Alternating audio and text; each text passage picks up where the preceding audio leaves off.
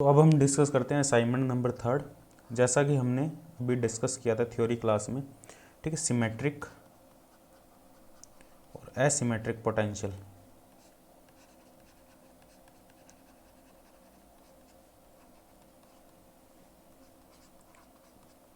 ठीक है, सिमेट्रिक और एसिमेट्रिक पोटेंशियल के बारे में हमने डिस्कस कर लिया। अब हम डिस्कस करते हैं इससे रिलेटेड जो हमारा असाइनमेंट है। असाइनमेंट का पहले हम डिस्कस करते हैं question number 2।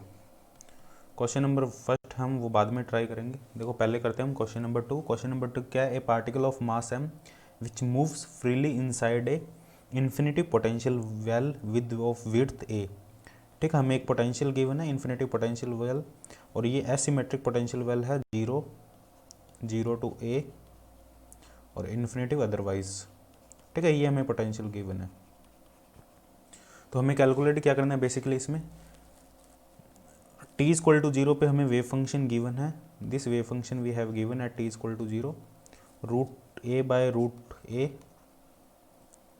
Sign pi x over a, ये हमें वेव फंक्शन गिवन है, plus root 3 by 5a sine 3 pi x over a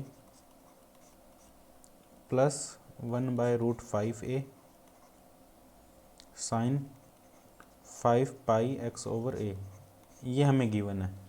ठीक है, ये वेव फंक्शन गिवन है हमें। तो हमें यहाँ पे कैलकुलेट करना है।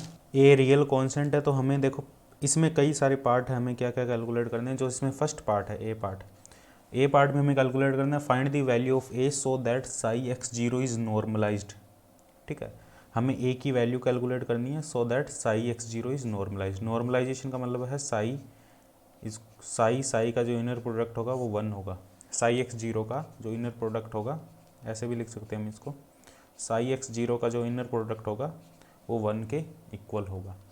ठीक है, यदि ये कंडीशन ये सेटिस्फाई करता है तो हमें ए की वैल्यू कैलकुलेट करनी है।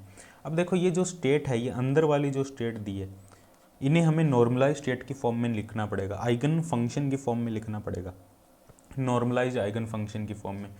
ठीक है, नॉर्मलाइज आइगन फंक्शन की फॉर्म में इनको कैसे लिखेंगे? हमें पता है जब कोई पार्टिकल है इन्फिनाइट पोटेंशियल वेल में है, इन्फिनाइट पोटेंशियल वेल के लिए हमें नॉर्मलाइज्ड आइगन स्टेट पता है हमें, साई एन क्या है? Root 2 by a sine n pi x over a, ये हमें पता है। तो इस स्टेट को साई एक्स जीरो में ये जो सभी स्टेट आ रही है, पाई एक्स ओवर ए, 3 पाई एक्स ओवर ए, 5 पाई एक्स ओवर ए, एन की वैल्यू अलग अलग एन की वैल्यू के लिए ये स्टेट है। ऑब्वियसली ये जो स्टेट है साई एक्स जीरो, ये इन स्टेट का लीनियर कॉम्बिनेशन है। ठीक है, इन स्टेट का लीनियर कॉम्बिनेशन है। तो हमें इन स्टेट की फॉर्म में लिखना है, हमें साई 1 लिखना है root 2 by a sine pi x over a, ये साइन 1 ये हमारा साई 1 है। ऐसे ही हमारा साई 3 होगा root 2 by a sine 3 pi x over a, और ऐसे ही हमारा साई 5 होगा root 2 by a sine 5 pi x over a. इनके लीनियर कॉम्बिनेशन में हमें साई एक्स जीरो को लिखना है, और साई एक्स जीरो इनके लीनियर कॉम्बिनेशन में दिया, लेकिन वो एग्जैक्ट नॉर्मलाइज नहीं है, एग्जैक्टली वो नॉर्मलाइज स्टेट नहीं। ये जो स्टेट है ये नॉर्मलाइज नहीं है, ये इनको हमें नॉर्मलाइजेशन फॉर्म में लिखना है। कैसे लिखेंगे? देखो जो फर्स्ट स्टेट है हमारे पास, फर्स्ट है ए बाय रूट 2, तो हम इसको ए बाय रूट 2 तो एज इट इज़ लिख देंगे। ए बाय रूट ए है, sorry a by root a by root a को एज इट इज़ लिख देंगे। ए बाय रूट 2 ए है, ए बाय रूट ए है, ए बाय रूट ए है। ठीक है, ए बाय रूट ए को एज इट इज़ लिख देंगे। इसको हम मल्टीप्लाई कर देंगे रूट 2 बाई ए से और रूट ए बाय 2 से, सेम ही आएगा, ये 1 ही रहेगी quantity, sine pi x over. Similarly हमारी जो सेकंड स्टेट है उसमें भी root 3 by 5 a root a by 2 into root 2 by a sine 3 pi x over a, ये आएगा हमारे पास। सिमिलरली जो हमारी थर्ड है 1 by root 5 a into root a by 2 into root 2 by a, इससे मल्टीप्लाई कर दिया, sine 5 pi x over a, ये हमने लिख दिया यहाँ पे। ठीक है, ये हम लिख सकते हैं यहाँ पे। अब देखो यहाँ पे क्या होगा हमारे पास, ये जो टर्म है इसको हम साई 1 लिख सकते हैं, ये आएगा ए रूट 2 रूट ए सॉरी रूट ए से रूट ए ये कैंसिल हो जाएगा, ये आ जाएगा a/√2 इंटू साई 1 एक्स, और ये आएगा हमारे पास रूट ए से रूट ए कैंसिल हो जाएगा, तो ये आएगा √3/10 साई 2, और ये आएगा हमारे पास रूट ए से रूट ए कैंसिल हो जाएगा 1/√10 साई 5, ये साई 3 आएगा। तो देखो लीनियर कॉम्बिनेशन में अब ये जो स्टेट है ये नॉर्मलाइज्ड आइगन फंक्शन की फॉर्म में है। अब साई 1 साई 3 साई 5 ये नॉर्मलाइज्ड है। नॉर्मलाइज्ड का मतलब साई 1 का साई 1 के साथ जो इनर प्रोडक्ट होगा वो 1 होगा, साई 1 का साई 3 के साथ, साई 1 का साई 5 के साथ जो इनर प्रोडक्ट होगा वो 0 होगा। मतलब ये नॉर्मलाइज्ड आइगन स्टेट है, इनकी फॉर्म में हमने इसको लिख दिया। ठीक है, अब इसको नॉर्मलाइज करो, अब ए की वैल्यू कैलकुलेट करो, अब ये 1 आना चाहिए, इसका जो इनर प्रोडक्ट लेंगे वो 1 आना चाहिए।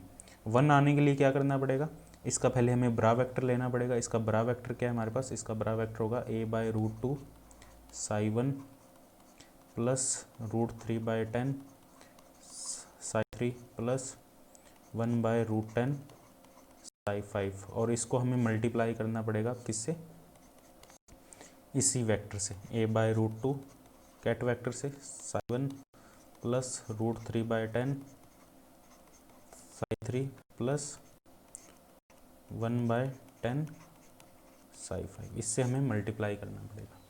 ठीक, अब देखो क्या आएगा हमारे पास, जब इनको मल्टीप्लाई करेंगे आपस में साई साई, जब इनर प्रोडक्ट लेंगे ये वाली टर्म सर्वाइव करेगी, ये इसके साथ सर्वाइव करेगी, ये इसके साथ सर्वाइव करेगी, तो ये आएगा a/2 a² इन दोनों का मल्टीप्लिकेशन, ये आएगा 3/10 और ये आएगा हमारे पास 2/10 होल, दोनों को मल्टीप्लाई करेंगे। ठीक है, तो ये आएगा 1 के इक्वल। तो यहाँ से हम देख सकते हैं 10 LCM आ जाएगा हमारे पास। तो या तो इसको ऐसे ले लो, हम ऐसे कर सकते हैं a² 1 माइनस 3/10 माइनस 1/10, तो ये आ जाएगा हमारे पास a² 10 10 माइनस 3 माइनस 1, तो 10 माइनस 4 6/10, तो 4/5, तो 8/5 तो a आ जाएगा √8/5 आ जाएगा √6/5 आएगा, यहाँ पे 3 आएगा, √6/5 a आ जाएगा √6/5। तो हमने ये a कैलकुलेट कर लिया। अब हमें सेकंड पार्ट में कैलकुलेट करना है, if measurement of the energy are carried out what are the value and with what probability. यदि हम एनर्जी कैलकुलेट करते हैं इसके बी पार्ट में, यदि हम एनर्जी कैलकुलेट करते हैं तो उन एनर्जी कैलकुलेट करने की एनर्जी आइगन वैल्यूज़ क्या होगी वो हमें कैलकुलेट करनी है, और उनकी प्रोबेबिलिटी क्या होगी वो हमें कैलकुलेट करनी है। अब देखो ये हमारे पास स्टेट है, जैसे a की वैल्यू आ गई हमारे पास √6/5, तो हमारे पास ये स्टेट है। एनर्जी आइगन वैल्यू का हमें फॉर्मूला पता है, एनर्जी आइगन वैल्यू का हमें फॉर्मूला पता है, En = n² π² h² m/a²। तो एनर्जी आइगन वैल्यू क्या होगी, n की वैल्यू हमें 1, n की वैल्यू 1 के लिए एनर्जी होगी हमारे पास n π² h² 2m/a²। n की वैल्यू 3 के लिए एनर्जी होगी, ये साई 1 स्टेट के लिए होगी, और ये होगी 9 π² h² 2m/a², ये साई 3 स्टेट के लिए होगी, सेकेंड एक्साइटेड स्टेट। n = 5 के लिए होगी 25 π² h² 2m/a², ये होगी हमारी साई 5 स्टेट के लिए। अब इनके कॉरेस्पॉन्डिंग जो प्रोबेबिलिटी होगी, प्रोबेबिलिटी क्या होगी, P1 होगी हमारे पास psi 1 whole square psi psi, ऐसे क्वेश्चन काफ़ी किए हमने। इसकी प्रोबेबिलिटी क्या आ जाएगी, इसकी प्रोबेबिलिटी आएगी, स्टेट देखो इसका स्क्वायर प्रोबेबिलिटी होगी क्योंकि नॉर्मलाइज स्टेट है, तो आएगा a²/2, और a²/2 कितना होगा, a कितना है √6/5, 6/5 ये आ जाएगा 3/5, 6/5 ÷ 2 3/5। ऐसे ही P2 प्रोबेबिलिटी आ जाएगी हमारे पास psi 2 psi whole square psi psi, तो जो P2 प्रोबेबिलिटी आएगी वो क्या आएगी, इसका स्क्वायर 3/10 आ जाएगा डायरेक्ट, और जो P3 आएगी वो आएगी 1/10। ठीक है, सॉरी 3/10 एंड 1/10, तो इनका सभी का सम करेंगे, टोटल प्रोबेबिलिटी हमारे पास 1 आएगी, 3/10 प्लस 1/10 प्लस 3/5, इन सभी का जो सम होगा 1 होगा। तो ये बी पार्ट हो जाएगा हमारे पास। ठीक है, इसी में फिर हम डिस्कस करते हैं सी पार्ट। सी पार्ट क्या है हमारे पास, देखो find the wave function at time t determine the probability of finding the system at time T in the state given by this. इस स्टेट में हमें प्रोबेबिलिटी फाइंड करनी है। देखो पहले टी टाइम पे वेव फंक्शन निकालना है हमें। टी टाइम पे वेव फंक्शन क्या होगा हमारे पास, जो वेव फंक्शन होगा वो ये होगा c n psi n e to the power minus iota E n t over h cross. ये वेव फंक्शन का हमारा इन जनरल टाइम का फॉर्मूला है। तो पहला जो हमें देखो C1 C2 ऑलरेडी हमने निकाल लिए। ये C1 है हमारे पास, ये C2 है हमारे पास, ये C3 है हमारे पास। ये जो कोफिशिएंट है a/√2 C1, ठीक है, ये निकाल रखे हैं हमने। तो ये आ जाएगा a/√2 psi one e to the power minus iota E1 t over h cross.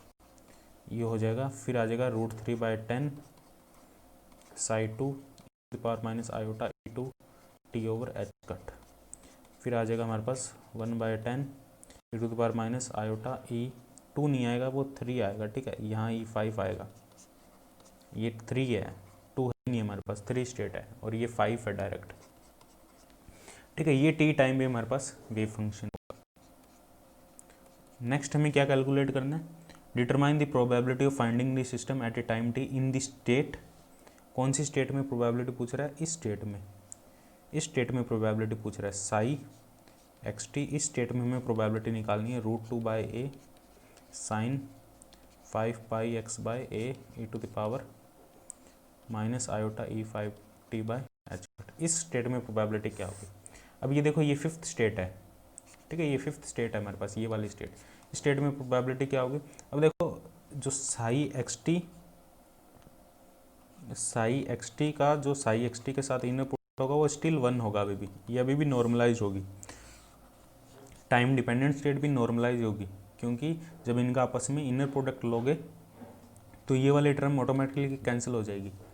इसका इसके ब्रा के साथ जब इनर प्रोडक्ट करोगे, जब कॉम्प्लेक्स कॉन्जुगेट लोगे, ये प्लस आयोटा हो जाएगी, जब आपस में मल्टीप्लाई करेंगे ये टर्म ऑटोमेटिकली कैंसिल हो जाएगी और सेम आएगा। तो प्रोबेबिलिटी इस स्टेट में हमें निकालनी है, इस स्टेट में, और ये 5th स्टेट है। तो 5th स्टेट की प्रोबेबिलिटी क्या होगी, ये जो इसके कॉरेस्पॉन्डिंग जो प्रोबेबिलिटी होगी साई साई साई साई, ये आ जाएगा होल स्क्वायर। ये टर्म तो 1 होगी, इसका जो इनर प्रोडक्ट करेंगे आपस में 1 आएगा।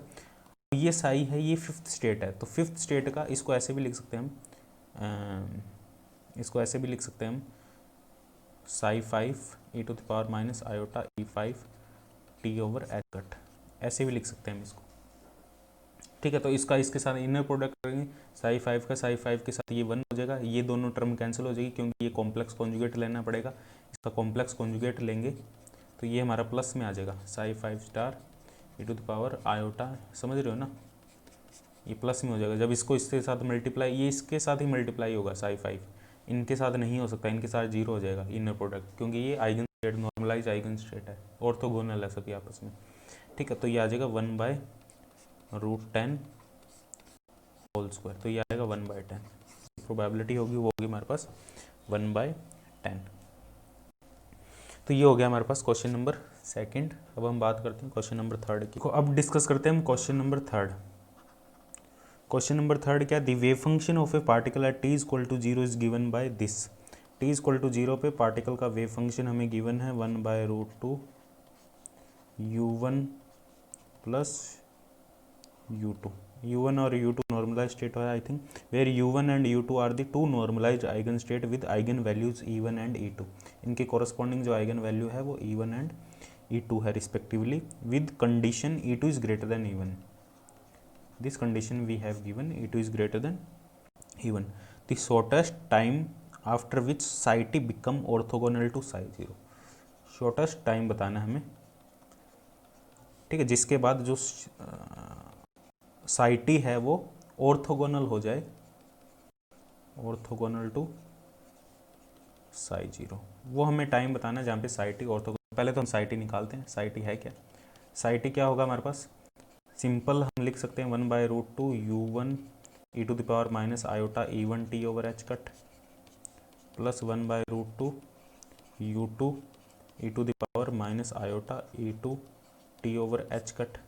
ये हमारे पास साई t होगा। अब साई t ऑर्थोगोनल टू है, साई t ऑर्थोगोनल है साई 0 के, इसका मतलब क्या है 1/√2, इसका हमें कॉम्प्लेक्स कॉन्जुगेट लेना पड़ेगा। इसका कॉम्प्लेक्स कॉन्जुगेट लेंगे, कॉम्प्लेक्स कॉन्जुगेट क्या आएगा u1 e to the power plus iota E1 t over h cut, ठीक है, plus 1/√2 U2 e to the power iota E2 t over h cut. इसका इनर प्रोडक्ट लेंगे विद किसके साथ, इसके साथ 1/√2 U1 प्लस 1/√2 U2, इसके साथ इनर प्रोडक्ट लेंगे। तो U1 का U1 के साथ ही होगा, U1 का U2 के साथ तो 0 होगा, ऐसे ही U2 का सिर्फ U2 के साथ होगा।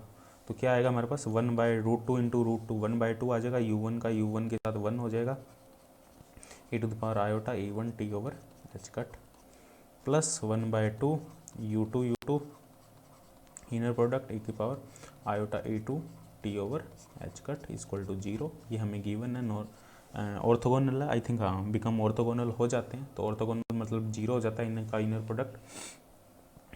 2 भी हटा दो, प्लस 0, ठीक है, क्योंकि ऑर्थोगोनल है। अब यहाँ से अब हमें यहाँ पे गिवन कंडीशन है भाई E2 is greater than E1 है, E2 is greater than E1 है।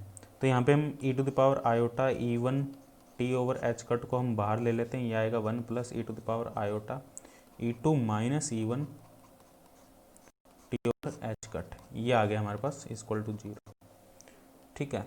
तो ये हमारा 0 के इक्वल होगा, e to the power iota E2 minus E1 t over h cut, ये हम मान लेते हैं ये +1, ये जो टर्म है हमारी ये 0 के इक्वल होगी, ठीक है, दोनों कॉम्बिनेशन ये 0 के इक्वल होगा। अब ये 0, ये देखो ये मल्टीप्लाई में इधर जाके 0 हो जाएगा, ठीक है, ये जो टर्म है ये 0 के हमारे इक्वल होगी, क्योंकि ये तो नॉन जीरो होगा, नॉन जीरो, ये जो टर्म है वो नॉन जीरो होगी, तो 0 कौन सा होगा, यही होगा 0। ये नॉन जीरो क्यों होगी, क्योंकि एनर्जी की वैल्यू 0 नहीं है, एनर्जी की वैल्यू इन्फिनिटी ऐसी कुछ नहीं है, तो ये वैल्यू हमारी नॉन जीरो होगी, तो ये वैल्यू हमारी 0 होगी। अब ये 0 होगी, इसका मतलब iota E2 minus E1 t over h cut equal to -1, ठीक है। -1 को क्या लिख देंगे, यहाँ पे हिंट भी दिया होगा, आई थिंक नहीं दिया हिंट, -1 को लिख देंगे e to the power iota pi, e to the power iota pi cos pi plus iota sine pi, cos pi होगा -1 प्लस 0, तो ये -1 आ जाएगा, तो e to the power iota E2 minus E1 t over h cut को हमने लिख दिया e to the power iota pi. तो कंपेयर कर लो, तो E2 minus E1 t over h cut को हमने लिख दिया पाई, तो टी क्या आ जाएगा, pi h cut over E2 minus E1। देखो कोई आंसर मैच कर रहा है या नहीं कर रहा, इनमें से कौन सा मैच कर रहा है, बी मैच कर रहा है, pi h cut E2 minus E1। Time पे जो ऐसा क्वेश्चन इन जनरल बहुत पूछा जाता है एग्जाम में, ठीक है, काफ़ी बार बनता है ऐसा क्वेश्चन। तो इन जनरल हम कह सकते हैं जो ये स्टेट ऑर्थोगोनल होगी, अब जब इस टाइम, ठीक है, इस टाइम पे ये स्टेट ऑर्थोगोनल होगी। हम डिस्कस करते हैं क्वेश्चन नंबर 4। क्वेश्चन नंबर 4 देखो, क्या ए पार्टिकल इन deep square well potential, deep square well potential का मतलब ये इन्फिनिटी पोटेंशियल की ही बात कर रहा है यहाँ पे, deep square well potential extended from x equal to 0 to L, बहुत ज़्यादा डीप है, इन्फिनिटी पोटेंशियल की ही बात कर रहे हैं यहाँ पे। एज वेव फंक्शन, उसका जो वेव फंक्शन है, we have given this wave function 1/√5 psi1 plus 2 psi2, ये हमें वेव फंक्शन गिवन है, ठीक है। तो हमें क्या कैलकुलेट करना है, देखो where psi1 and psi2 are the denote the ground state and first excited state of this function, the expectation value of x in this state, इस स्टेट में एक्सपेक्टेशन वैल्यू क्या होगी x की, ठीक है, जो x है हमारा पोजीशन ऑपरेटर है, उसकी एक्सपेक्टेशन वैल्यू क्या होगी। एक्सपेक्टेशन वैल्यू का हमारा जो फॉर्मूला होता है साई x साई साई साई, देखो पहले तो हम इसमें नीचे वाली क्वांटिटी कैलकुलेट कर लेते हैं, साई साई का इनर प्रोडक्ट कैलकुलेट कर लेते हैं। साई साई का इनर प्रोडक्ट क्या आएगा हमारे पास, 1/5 आ जाएगा बाहर, तो √5 इंटू √5, ये आ जाएगा psi1 प्लस psi2, और ये आ जाएगा हमारे पास psi1 प्लस 2 psi2। जब इनका आपस में मल्टीप्लाई करेंगे psi1 का psi1 के साथ, ये आएगा हमारे पास 1 प्लस 2 इंटू 2 psi2 का psi2 के साथ अपॉन 5, तो ये 5/5, ये तो 1 आ जाएगा, तो ये नॉर्मलाइज्ड है स्टेट। अब हमें कैलकुलेट करना ऊपर वाला, ये जो न्यूमिनेटर में टर्म है ये वाली हमें कैलकुलेट करनी है। ये तो नॉर्मलाइज्ड है, ठीक है, नॉर्मलाइज्ड है तो नीचे वाली टर्म 1 आ जाएगी। ऊपर वाला हमें कैलकुलेट करना है साई एक्स आई, ठीक है, साई एक्स आई 1/√5 इंटू √5 1/5 आ जाएगा, और ये आ जाएगा हमारे पास साई 1 प्लस 2 साई 2 और x, फिर आ जाएगा हमारे पास साई 1 प्लस 2 साई 2। इन दोनों का जो प्रोडक्ट होगा वो क्या होगा, देखो 1/5 साई 1 एक्स साई 1, फिर आएगा 2 साई 1 एक्स साई 2, फिर आएगा हमारे पास 2 Sai 2 x psi 2, Sai 2 x psi 1, Sai 2 x psi 1, फिर आएगा हमारे पास 4 साई 2 एक्स साई 2। अब ये जो साई 1 साई 2 है इसकी वैल्यू हमें पता है। साई 1 हमारे पास √2/a sine n pi x over a, तो n की वैल्यू 1 होगी, ये साई n है हमारे पास, तो साई 1 होगा हमारे पास √2/a sine pi x over a, और साई 2 होगा हमारे पास √2/a sine 2 pi x over a। ये दोनों वैल्यूज होगी, और ये हमने कैलकुलेट भी किया, देखो साई 1 हमने कैलकुलेट किया है, psi 1 star x psi 1 dx, ये हमने कैलकुलेट किया है। जीरो से लेंथ कितनी है हमें, 0 से l दे रखी है, 0 से l लेंथ में इसका जो एवरेज आता है, x की एक्सपेक्टेशन वैल्यू आती है वो l/2 आती है, ठीक है। सिमेट्री इसमें इस पोटेंशियल में 0 से l पोटेंशियल में जो x की एवरेज वैल्यू आती है वो a/2 आती है, लेकिन सिमेट्री के केस में ये 0 आती है, हमने डिस्कस किया, तुम देख सकते हो इसको दोबारा जाके उस पर। और साई 2 भी सेम आता है, साई 2 स्टार एक्स साई, ये भी हमारे पास l/2 आता है, क्योंकि हमने साई n का कैलकुलेट किया था, Sai n star x Sai n हमने कैलकुलेट किया था, ये l/2 आता है 0 से l में, ठीक है। ये -l वाला केस नहीं है, -l से l में तो वो 0 हो जाएगा एवरेज वैल्यू, लेकिन एसिमेट्रिक के केस में हम बात करें तो ये हमारे पास l/2 आता है।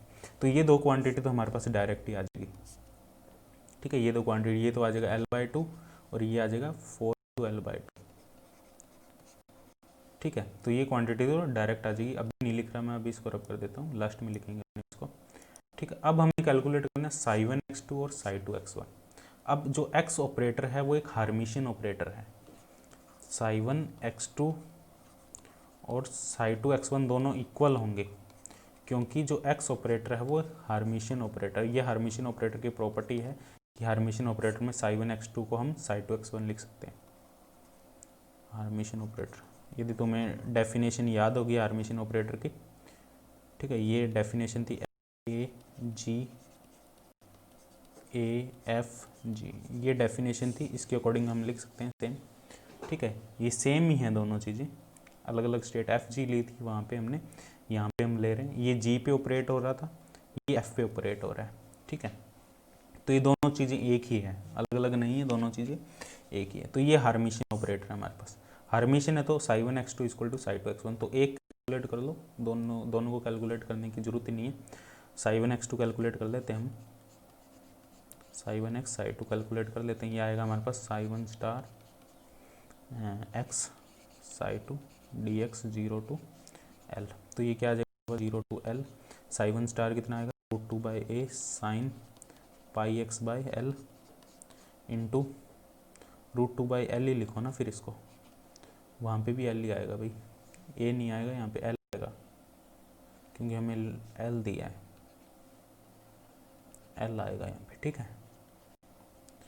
तो ये आएगा x √2/a sine 2 pi x by l dx, इसको हमें सोल्व करना है, तो ये आ जाएगा 0 to l, √2/l है ये, ठीक है, तो 2/l तो बाहर आ जाएगा हमारे पास, ठीक है, x into sine pi x by l into sine 2 pi x by L. अब साइन ए इंटू साइन बी का हमें फॉर्मूला लगाना है, 2 को अंदर ले जाओ, 1/l बाहर रह गया, तो 0 to l x 2 sine a sine B.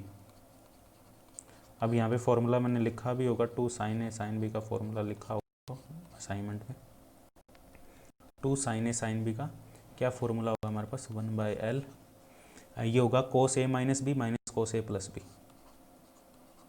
cos A minus B, cos A minus B, तो मतलब cos pi x by l आ जाएगा हमारे पास, क्योंकि cos minus theta cos theta ही होता है, minus cos A plus B 3 pi x by l आ जाएगा हमारे पास। ठीक है, cos A माइनस बी, इसमें से ये माइनस करेंगे, cos minus theta cos theta ही होता है, तो ये आ जाएगा cos pi x by L minus cos 3 pi x by L D X. अब इसको अलग अलग हमें सॉल्व करना है, x cos by L minus 0 to L 1/L बाहर है, x cos 3 pi x by L D x, ये आ जाएगा हमारे पास। इसको सॉल्व करेंगे तो ये क्या आएगा हमारे पास 1/L। इसको जब सॉल्व करेंगे देखो क्या आएगा हमारे पास, फर्स्ट एज इट इज़ आ जाएगा, फर्स्ट सेकंड का डेरिवेटिव, सेकंड का integration sign pi x by L, ठीक है, कोस का होगा sign pi x by L upon pi by L, ठीक है, अपॉन पाई बाई एल, और इसकी जो लिमिट बाद में लगा लेंगे चलो, ठीक है, माइनस या x sine pi x by L pi by L, minus x का डिफ्रेंशिएशन, एक्स का डिफ्रेंशिएशन 1 हो जाएगा, कोस का sign pi x by L, ठीक है, डी एक्स, माइनस, चलो उसको बाद में सोल्व कर लेंगे इस टर्म को, इसको कर लेते हैं एक बार सोल्व अपने, ठीक है, x sine pi x by l into pi by L, minus sine का फिर हो जाएगा माइनस कोस, यहाँ पे कोस पाई बाई एल भी आएगा, cos pi x by l into pi by l whole square, ठीक है ना। देखो इंटीग्रेशन सही है ना, ये हो जाएगा sign pi x by L upon pi by L, फिर अंदर एक्स का डिफ्रेंशिएशन 1 हो जाएगा, फिर कोस का इंटीग्रेशन किया अंदर ही pi x by l, sine pi by l divide में आ गया, फिर sine pi x by l का दोबारा इंटीग्रेशन किया, साइन का होगा minus cos, minus minus plus हो जाएगा। अब 0 से एल लिमिट लगा दो, इसमें लगाओगे 0 से एल, तो एल रखोगे इसमें साइन पाई 0, ये तो 0 ही हो जाएगा, इसमें लगाओगे कोस पाई माइनस कोस 0, कोस पाई, देखो एल रखोगे तो कोस पाई आएगा, 0 रखोगे कोस 0, तो -1 -1 -2, ये आ जाएगा -2, तो ये आ जाएगा -2 over pi by l whole square, ये हमारे पास आएगा -2 over pi by l whole square, ये टर्म तो ये आ जाएगी। अब यहाँ पे एक टर्म और है, ये वाली -0 to L x cos 3 pi x by l, ये टर्म भी हमारे पास, इसको भी हमें सोल्व करना है। तो ये टर्म क्या आएगी देखो, माइनस पहले x,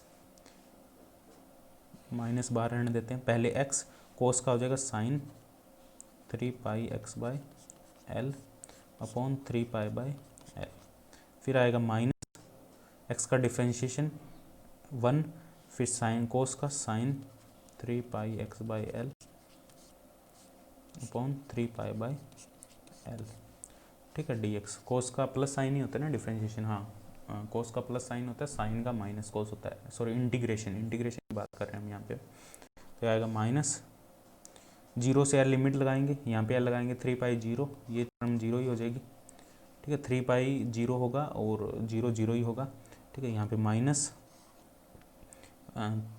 इंटीग्रेशन कर देंगे इसका दोबारा इंटीग्रेशन करेंगे, साइन का प्लस कोस हो जाएगा, cos 3 pi x by l और 3 pi by l whole square, और 0 से एल, बाहर एक माइनस साइन है ऑलरेडी, ठीक है, यहाँ माइनस साइन है, कोस 3 पाई माइनस कोस 0, और ये आ जाएगा 3 pi by l whole square, तो ये आ जाएगा हमारे पास -2 pi by l whole square minus cos 3 pi क्या होगा हमारे पास, कोस पाई प्लस 2 पाई, कोस 2 पाई प्लस पाई, तो ये -1 ही होगा, -1 3 pi by l whole square, तो -2, ये आएगा -2 l square by pi square minus -2 l square by 9 pi square, तो ये आएगा हमारे पास -2 l square by pi square plus 2 l square by 9 pi square. ठीक है, तो 9 pi square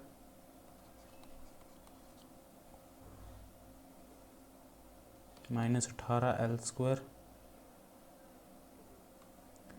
plus 2 l square, तो ये आएगा हमारे पास -16 l square -16 l square 9 pi square, और मल्टीप्लाई में है इनमें, मल्टीप्लाई में 1 बाई एल से एक एल कैंसिल हो गया, -16 एल 9 पाई स्क्वायर। ये तो एक टर्म आ गई हमारे पास। अब यहाँ पे और टर्म क्या है हमारे पास, देखो ऊपर, इसको ऐसे सोल्व करना ही पड़ेगा, थोड़ा सा लेंथी है। 1/5 है बाहर, 1/5 बाहर है, और चलो इसको नीचे लिख देते हैं।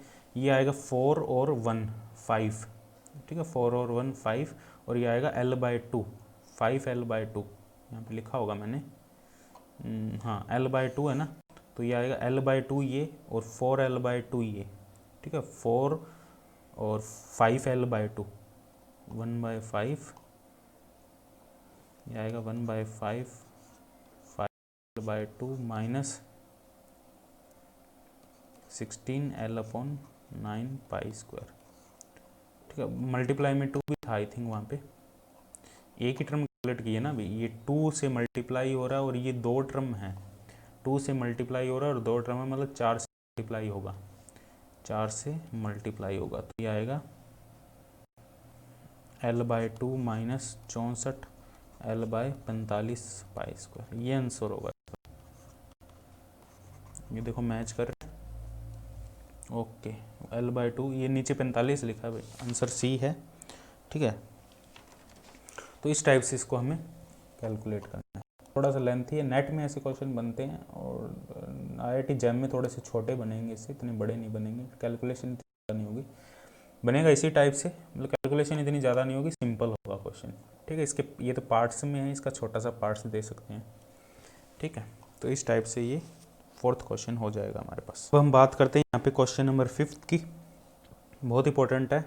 ठीक है, question number 5, consider a particle in 1 dimension potential.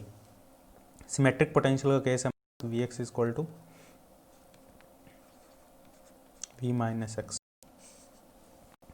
Particle 1 dimensional potential that Vx equal to V minus x, potential is symmetric. Symmetric मतलब ओरिजिन की दोनों तरफ है, इस टाइप का पोटेंशियल है,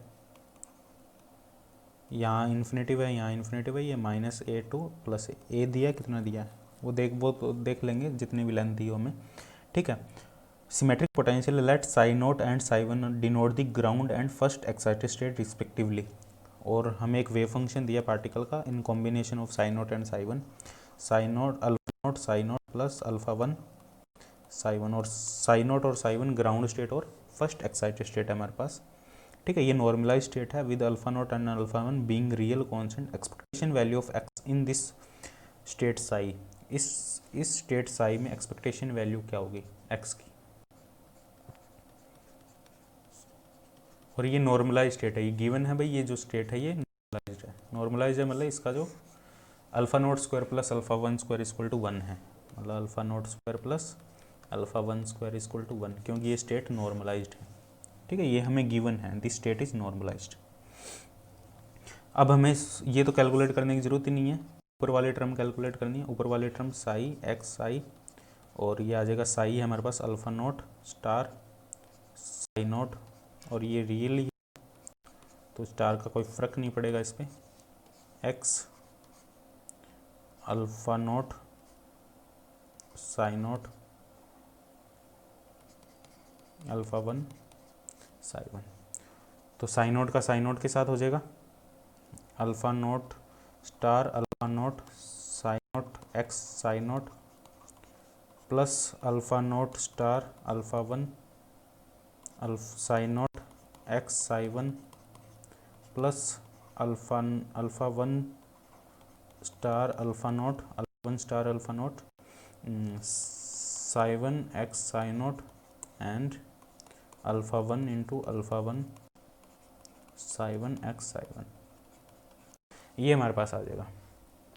ठीक है, अब इसको सोल्व करेंगे तो क्या आएगा हमारे पास, ये सिमेट्रिक पोटेंशियल है। सिमेट्रिक पोटेंशियल के लिए हमने एक्सपेक्टेशन वैल्यू ऑफ एक्स निकाली थी, 0 आई थी, Sai not x psi not, क्योंकि ओड फंक्शन था वो, ओड फंक्शन के लिए वो 0 होगी, साई 1 एक्स साई 1 ये 0 थी। ठीक है, फॉर सिमेट्रिक पोटेंशियल। और ये तुम देख भी सकते हो ओड फंक्शन होगा, लेकिन साइन नॉट एक्स साई 1 0 नहीं होगा, क्योंकि यहाँ पे कोस की टर्म आ जाएगी, साइन इंटू कोस, वहाँ पे बहुत सारे इंटीग्रेशन होंगे, सोल्व करने होंगे, जो भी हमने ऊपर कैलकुलेट की थी एक्सपेक्टेशन, लेकिन वो तो एसिमेट्रिक था, लेकिन सिमेट्रिक में भी ये टर्म नॉन जीरो होगी हमारे पास। ठीक है, सिमेट्रिक के केस में भी ये टर्म नॉन जीरो होगी। तो यहाँ पे हमारे पास जो देखो ये टर्म जीरो कैसे हुई तुम्हें पता है ना, ये टर्म जीरो कैसे हुई, ये हमने कैलकुलेट भी किया हुआ सिमेट्रिक पोटेंशियल के लिए, -a to a psi naught star x psi naught d x equal to, ये कैलकुलेट किया हुआ है हमने, psi naught square -a to a x d x, ये तो पॉजिटिव क्वांटिटी है और ये ओड फंक्शन हो जाएगा, ओड फंक्शन है, ओड फंक्शन है, इस वजह से ये जीरो हो जाता है। लेकिन ये जो साइन नॉट एक्स साई 1 है ये जीरो नहीं होगा, क्यों नहीं जीरो होगा, -a to a psi naught star x psi 1, ये ओड फंक्शन नहीं रहेगा हमारे पास। अब साइन नॉट कुछ अलग होगा हमारे पास, √2/a sine pi x by a x into √2/a cos pi x by a d x. ठीक है, बेसिकली यहाँ पे जो साई 0 ग्राउंड स्टेट को रिप्रेजेंट करता है, यहाँ पे n इक्वल टू 1 है। ठीक है, और जो साई 1 है वो फर्स्ट एक्साइटेड स्टेट मतलब n इक्वल टू 2 है वहाँ पे। ठीक है, तो ये टर्म सर्वाइव करेगी हमारी, ये यहाँ पे जीरो नहीं होगी, क्योंकि ये स्क्वायर नहीं हो रहा है इसका, तो यहाँ पे सोल्व होगा और ये नॉन जीरो आएगा, तो हम कह सकते हैं ये दो टर्म जीरो होगी, बाकी दोनों टर्म सर्वाइव करेगी। तो एक्सपेक्टेशन वैल्यू क्या आएगी, एक्सपेक्टेशन वैल्यू आएगी हमारे पास, बाकी जो टर्म है हमारे पास ये alpha naught alpha 1 psi naught x psi 1, और ये नॉर्मलाइज्ड भी है। ठीक है, alpha 1 alpha naught psi 1 x psi naught. तो देखो आंसर क्या है यहाँ पे, अल्फ़ा नॉट अल्फ़ा 1 कॉमन आ जाएगा हमारे पास, क्योंकि ये रियल क्वांटिटी है, ये आ जाएगा psi naught x psi 1 psi 1 psi naught, ये आ जाएगा हमारे पास आंसर। आंसर होगा यहाँ पे बी। ठीक है, बी आंसर है वो यहाँ पे सही होगा। अब बात करते हैं क्वेश्चन 6 की। देखो क्वेश्चन 6 क्या है हमारे पास, the wave function sine x of a particle confined in one dimension box of length l is given by this. Wave function दिया गया हमें, सारे क्वेश्चन इसी के ही हैं वन डायमेंशन बॉक्स के। ये हमें वेव फंक्शन दिया है, इनकी वैल्यू 1 2 3 4 है। Determine the eigen value and eigen function of momentum operator. Momentum operator के लिए आइगन फंक्शन निकालना है और आइगन वैल्यूज़ निकालनी है हमें, और सेकंड पार्ट में ये शो करना है, show that the energy eigen function are not the eigen function of momentum operator, और जो एनर्जी आइगन फंक्शन है वो आइगन फंक्शन नहीं है मोमेंटम ऑपरेटर के लिए। देखो फर्स्ट पार्ट पहले हम कैलकुलेट करते हैं, eigen value and eigen function for momentum operator. हमें पता है एनर्जी आइगन वैल्यू क्या है, n square pi square h cut square 2ma²। यहाँ से हमें पता है मोमेंटम की जो आइगन वैल्यू आएगी पी एन, क्योंकि हमें पता है एनर्जी होती है pn² bye 2m, pn² bye 2m, तो pn² आ जाएगा हमारे पास यहाँ पे n² पाई square h cut square over a², तो pn आ जाएगा हमारे पास n pi h cut over a। ये तो हमारे पास मोमेंटम की आइगन वैल्यू होगी। ठीक है, जो हमारा मोमेंटम है उसकी ये हमें कैलकुलेट करना है मोमेंटम का वेव फंक्शन। मोमेंटम ऑपरेटर हमें पता है क्या है, minus iota H cut d by d x, ये मोमेंटम ऑपरेटर है। तो हम लिख सकते हैं पी साई इक्वल टू, कोई हमने वेव फंक्शन ले लिया मोमेंटम का, p psi equal to p इसकी आइगन वैल्यू साई सेम। ठीक है, आइगन वैल्यू हमें पता है minus h cut d by d x, eigen value हमें पता है n pi h cut a psi. ठीक है, यहाँ से हम निकाल सकते हैं d psi by d x को हमने लिख सकते हैं n pi h cut over a into minus i h cut psi, H cut से एच कट कैंसिल हो जाएगा, डी साई बाई साई आएगा हमारे पास एन पाई और ए आयोटा ऊपर जाके प्लस का हो जाएगा और डी एक्स। तो यहाँ पे आएगा log साई, हाँ दोनों तरफ इंटीग्रेट कर देंगे, ये आएगा ln psi e to the power iota n pi by a, ठीक है, x e to the power iota n pi by a into x, ठीक है, sorry iota n pi by a into x plus हम कौन सी x equal to 0 पे मान लो वेव फंक्शन साई नॉट है, ठीक है, तो ये आ जाएगा log psi naught equal to c, log psi naught आ जाएगा सी के इक्वल, और यहाँ पे जो साई आ जाएगा वो आ जाएगा psi naught e to the power iota n pi x over a, ये हमारे पास आ जाएगा वेव फंक्शन, ठीक है, मोमेंटम के लिए wave function, eigen function for momentum, momentum के लिए आइगन फंक्शन आ जाएगा, मतलब इस फंक्शन पर यदि मोमेंटम ऑपरेटर ऑपरेट करवाते तो हमें eigen value n pi h cross bye a मिलेगी, ठीक है। अब इसमें सेकंड पार्ट पूछा है, show that the energy eigen function are not the eigen function of momentum, ये जो आइगन फंक्शन हमें ऊपर दिया है ये एनर्जी आइगन फंक्शन है, और ये हमें शो करना है कि ये मोमेंटम आइगन फंक्शन नहीं है। कैसे शो करेंगे, यदि इस पर हम मोमेंटम ऑपरेटर अप्लाई करते हैं तो हमें यदि मोमेंटम की आइगन वैल्यू नहीं मिलती है, ठीक है, ये रिलेशन सेटिस्फाई नहीं होता है, तो हम कह सकते हैं ये मोमेंटम का आइगन फंक्शन नहीं है। मोमेंटम का आइगन फंक्शन होने के लिए इसको इस इक्वेशन को सेटिस्फाई होना पड़ेगा इसको, और जो नहीं होगा, sorry n pi h cut over a, इस इक्वेशन को सेटिस्फाई करना पड़ेगा, ठीक है, तभी हम कह सकते हैं ये उसका आइगन फंक्शन है मोमेंटम का। तो √2/a sine n pi x over a, क्या इसको सेटिस्फाई करेगा, ये साइन का cos n pi x over a n pi by a, क्या आएगा n pi by a minus iota h cut √2/a cos n pi x over a, ये satisfy नहीं कर रहा क्योंकि ये साइन आना चाहिए था, सेम वेव फंक्शन नहीं आ रहा। जब इस पे मोमेंटम ऑपरेटर ऑपरेट करवाया तो हमें ऑपरेटर एक जो मोमेंटम ऑपरेटर ऑपरेट करवाने के बाद जो वेव फंक्शन हमें दूसरा वेव फंक्शन मिल रहा है, मतलब ये इस कंडीशन को सेटिस्फाई नहीं कर रहा, मतलब हम कह सकते हैं जो साई n है वो मोमेंटम ऑपरेटर का आइगन फंक्शन नहीं है। मोमेंटम ऑपरेटर का जो आइगन फंक्शन है वो ये वाला होगा, यदि इस पे हम ऑपरेट करवाएं मोमेंटम ऑपरेटर को तो हमें eigen value n pi h cut over a मिलेगी और सेम वेव फंक्शन हमें मिलेगा। कर सकते हैं तुम।